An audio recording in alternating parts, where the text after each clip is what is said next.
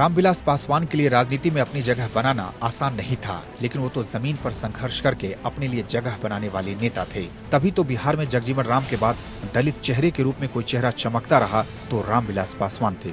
उस चेहरे ने दुनिया को अलविदा कहा तो आज वैसी ही उदासी है जैसा जगजीवन राम के जाने के वक्त महसूस हुई थी। रामविलास पासवान के न रहने का गम देश के दिलो दिमाग में अरसे तक रहेगी। रामविलास पासवान ने उस दौर में राजनीति शुरू की थी जब दलितों के लिए न समाज में जगह थी न सियासत में, लेकिन रामविलास पासवान ने उनके हक के लिए लंबी लड़ाई लड़ी और समाज से लेकर सियासत तक में दलितों को उनका वाजिब हक दिलाया। जिस वक्त देश में कांग्रेस का एक छत्र राज था, उस वक्त कांग्रेस के खिलाफ बिहार में कर्पूरी ठाकुर, जगदेव प्रसाद और बीपी मंडल जैसे नेताओं के साथ रामविलास पासवान समाजवाद की अलख जगाने निकले थे। 51 साल पहले मात्र 23 साल की उम्र में विधायक बने थे। उसके बाद उन्होंने फिर पलटकर पीछे कभी नहीं देखा।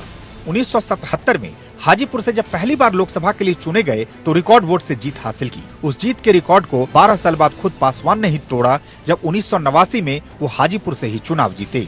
रामविलास पासवान दलित नेता के रूप में ऐसे उभरे कि तत्कालीन प्रधानमंत्री विश्वनाथ प्रताप सिंह ने 43 साल के रामविलास पासवान को सीधे कैबिनेट मंत्री बना दिया। रामविलास पासवान 60 बार केंद्र सरकार में मंत्री बने। ये रामविलास पासवान की राजनीतिक दूरदर्शिता और जमीनी पकड़ ही थी कि पिछले 31 साल से हिंदुस्तान की सत्ता बदलती रही, लेकिन सत्ता की एक धुरी रामविलास बनते रहे। अपने वक्त के हर सरकार में पासवान मंत्री रहे। सियासी गलियारों में उन्हें विपक्ष कटाक्ष करते हुए राजनीति का मौसम वैज्ञानिक कहते थे, लेकिन सच तो ये है कि चुनाव से पहले जनता के मूड को भांपना कोई आसान काम नहीं। कोई दूरदर्शी व्यक्ति जो जनता की नब्ज को पहचानता हो वही ऐसा कर सकता था।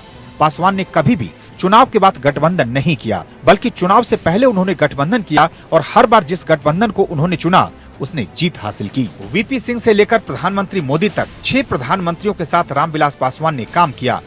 रामविलास पासवान सबसे पहले 1989 में वीपी सिंह की सरकार में श्रम और कल्याण मंत्री बने। उसके बाद 1996 में एचडी देवेगौड़ा की सरकार में रेल मंत्री और लोकसभा के नेता बने। 1997 में आई के गुजराल की सरकार बनी तो फिर से रेल मंत्री बने। 1999 में जब अटल बिहारी वाजपेयी की सरकार बनी तो वो संचार मंत्री बने। 2004 में मनमोहन सिंह की सरकार में खाद्य मंत्री बने और 2014 से मोदी सरकार में खाद्य एवं उपभोक्ता मामलों के मंत्री रहे। रामविलास पासवान की काबिलियत का लोहा हर प्रधानमंत्री ने माना तो अपनी शख्सियत के दम पर वो हर देशवासियों के दिलों में उन्होंने जगह बनाई।